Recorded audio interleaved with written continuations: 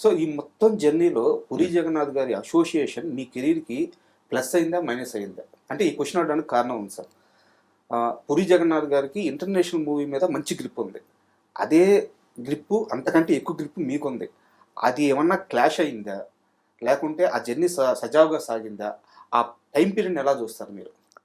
అంటే ఒకటేంటంటే, నేను పనిచేసే ప్రతి డైరెక్టర్ నేను గురువు కింద భావిస్తా. వాళ్ళ దగ్గర నుంచి నేను చాలా విషయాలు నేర్చుకుంటాను. కానీ సినిమా ఇండస్ట్రీకి సంబంధించి నేను ఇద్దరిని గురువుగా భావిస్తా. ఒకళ్ళు గుణశేఖర్ గారు, ఇంకోళ్ళు పూరి జగన్నాథ్ గారు. గుణశేఖర్ గారు ఏంటంటే, నాకు సినిమా రైటింగ్ గానీ, సినిమాస్ మీద నాకు అసలు ఏబీసీడీలు కూడా తెలియవు. ఆయన దాదాపు ఒక 15, 20 ఏళ్ళ స్నేహం అది. స్నేహం నుండే పరిచయం అనండి. ఆయనతో పాటు ట్రావెల్ అవుతూ, సినిమాలు చూస్తూ, సినిమాలు డిస్కస్ చేస్తూ, ఇలాంటివన్నీ ఆయనతో పాటు ట్రావెల్ అయ్యి వచ్చాను గుణశేఖర్ గారి దగ్గర. పూరి జగన్నాథ్ గారు నేను నేర్చుకునే విషయం ఏంటంటే, కథని చాలా క్విక్గా వర్క్ చేయడం, చాలా త్వరగా రాయగలగడం. అంటే మీకు చెప్పినట్టు 143 సినిమా ఒక గంటలో రాశాం. పోకిరి సినిమా మొత్తం స్క్రిప్ట్కి తీసుకుంది 10 రోజులు. ఇంకొకటి ఏంటంటే, ఆయన హోమ్ థియేటర్లో కొన్ని వేల డివిడీలు కలెక్ట్ చేసింది నేనే. వాటిని జోనర్ వైజ్ ఆర్గనైజ్ చేసి ఒక వీడియో లైబ్రరీలో చేశాను.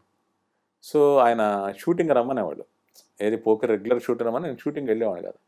నేను హోమ్ థియేటర్లో కూర్చుని పొద్దున్నే సాయంత్రం సినిమాలు చూస్తున్నాయి. అలా రోజుకి 5-6 సినిమాలు చూసేవాడిని. సో అక్కడ చూసిన సినిమాలన్నీ కూడా నాకు చాలా ఉపయోగపడ్డాయి ఎన్హాన్స్ చేయడానికి. ఆంధ్ర వాళ్ళ తర్వాత పూరి జగన్నాథ్ గారు శ్రీకృష్ణుడు ఫ్రమ్ సురభి కంపెనీ అని చిరంజీవి గారితో సినిమా చేయాలి. ఆ సినిమా స్క్రిప్ట్ అంతా చేసాం. ఆయన సూర్యదేవర రామ్మోహన్ రావు గారిని ఒక నవల రచయిత, శక్తి అని శోభన్ గారి సినిమాలో పాటలు రాసిన ఒక వ్యక్తి, మేము ముగ్గురం కలిసి జగన్ గారి ఐడియా డెవలప్ చేసాం. స్క్రిప్ట్ అయిపోతూ ఉంది. ఆంధ్ర వాళ్ళ డిజాస్టర్. సో ఆ కారణం ఏమో తెలియదు కానీ ఆ ప్రాజెక్ట్ మెటీరియల్ ఇచ్చుకోవాలి. అదే సమయంలో ఆయన మీద ఐటీ రైట్స్ జరిగాయి. సో నాకు శ్రీకృష్ణుడు ఫ్రమ్ సురభి కంపెనీకి ఒక రెమ్యునరేషన్ ఇస్తాను ఆయన.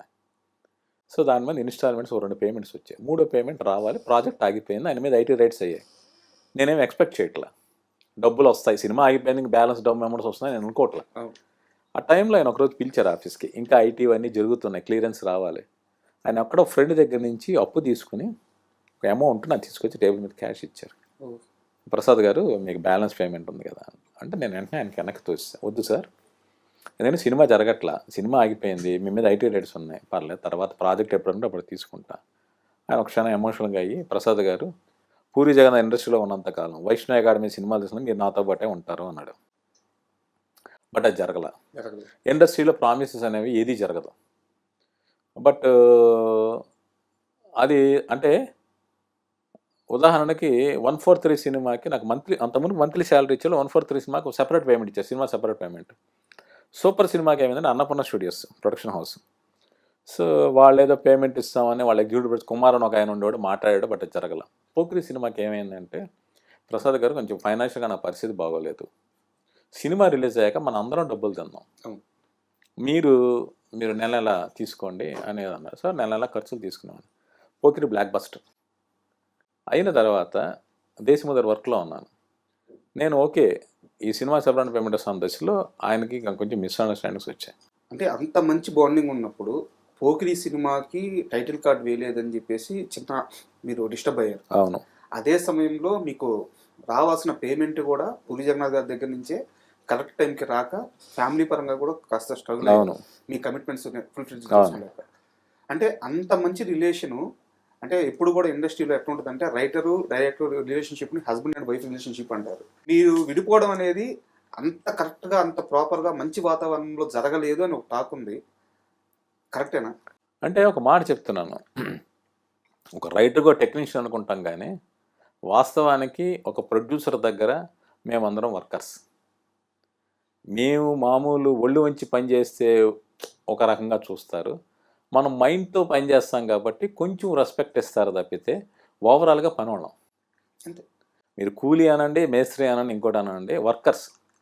సో వర్కర్ పట్ల బాస్ అనేవాడు బిహేవియర్ ఎప్పటి నుంచి అలా మారిపోతూ ఉంటుంది. అంటే ఇక్కడ నేను అన్నట్టు ఏంటంటే, డబ్బు అనేది ఇష్యూ కాదు. అంటే ఒకటి ఏంటంటే, పోకిరి సూపర్ నాకు 143 కథా సహకారం వేశారు. సూపర్ సినిమా టైటిల్స్ లేవు. అడిగితే కో డైరెక్టర్ సత్యప్రసాద్ అని ఆయన ఏమన్నాడంటే, ఏదో ప్రొడక్షన్ హౌస్కి జగన్ గారికి మంచి డిస్టెన్స్ ఉన్నాయి, అందువల్ల మిస్ అయిపోయాను అన్నాడు. సరే ఓకేలే అనుకున్నాను.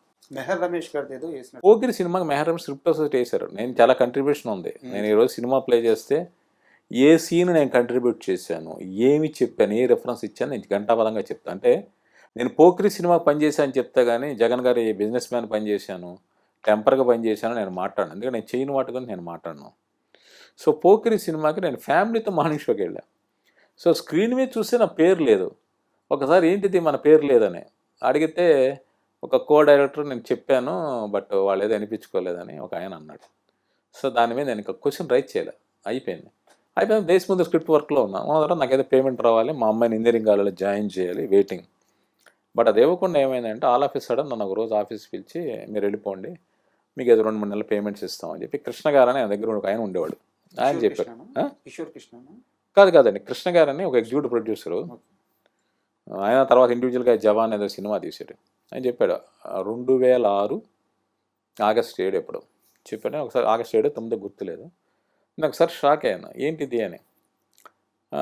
అంటే ఒకటి నాకు తెలిసింది ఏంటి అంటే అప్పుడు జర్నలిస్టులు నేను పనిచేసిన విషయం తెలుసు.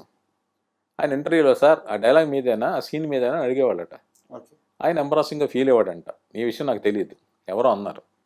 సో అది కారణమా లేదా నాకు తెలియదు, లేక అక్కడ ఎవరైనా నా గురించి వేరేలా మాట్లాడారో తెలియదు. ఏమైనా మా ఇద్దరి మధ్య బాండింగ్ కట్ అయిపోయింది. కట్ అయిపోయిన తర్వాత ఇప్పుడు చిరుత సినిమా మెహర్ రమేష్ గారి కోసం చేసింది. అలాగే బుజ్జిగాడి సినిమా కూడా మొదట నాగార్జున గారి కోసం చేసింది. లాస్ట్ సమురాయ్ అని ఒక హాలీవుడ్ మూవీ బేస్ చేసుకుని దాని మీద ఒక ఇంట్రోల్ వరకే. ఒకరిని చంపడానికి సుపారీ తీసుకొస్తాడు, అనుకోకుండా ఇడు గాయపడి వాళ్ళ ఇంట్లో నుంచి షెల్టర్ తీసుకోవాలి. ఇది పాయింట్. నాగార్జున కోసం చేయాలి, నాగార్జున గారి కోసం సూపర్ టైంలో అది జరగల. తర్వాత బుజ్జిగాడు అయింది. సో అలాగే జ్యోతిలక్ష్మి మల్లాది గారి నవల మిసెస్ పరాంకుశం, ఆ స్క్రిప్ట్ కూడా నేను ముందే వర్క్ చేశాను. అలా కొన్ని స్క్రిప్ట్లు వర్క్ చేశాను. ఆ తర్వాత ఏంటంటే ఇక్కడ ఇండస్ట్రీలో ఏది శాశ్వతం కాదు. సో అది అయిపోయింది. అక్కడి నుంచి మెహర్ రమేష్ గారితో పాటు మిగిలిన ఇండివిజువల్గా ట్రావెల్ చేశాను. మధ్యలో ఒక ప్రాజెక్ట్ జరగాల్సింది, అక్కడ కూడా కొంచెం జరగలేదు. అది నేను మళ్ళీ హట్ అయ్యాను. పూరి గారితోనే 2018లో జరిగింది ఆ ఇన్సిడెంట్. సో ఇక జరగల. అయిపోయినప్పటికి కూడా ఆ తర్వాత ఆయనతో నాకు మామూలుగానే రిలేషన్ ఉండింది.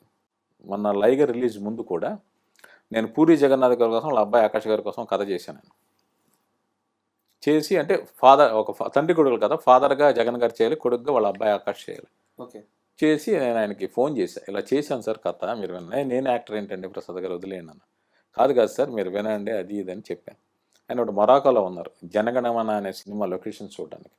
సరే వచ్చాక మనం కూర్చుందాం, నేను వింటానులేండి, చేస్తానో చేయనో నాకు తెలియదు అన్నాడు. బట్ ఒక ప్రొడ్యూసర్ కూడా పెద్ద ప్రొడ్యూసర్ ఆ ప్రాజెక్ట్ ప్రొడ్యూస్ చేయడానికి ఆయన ఇంట్రెస్టెడ్.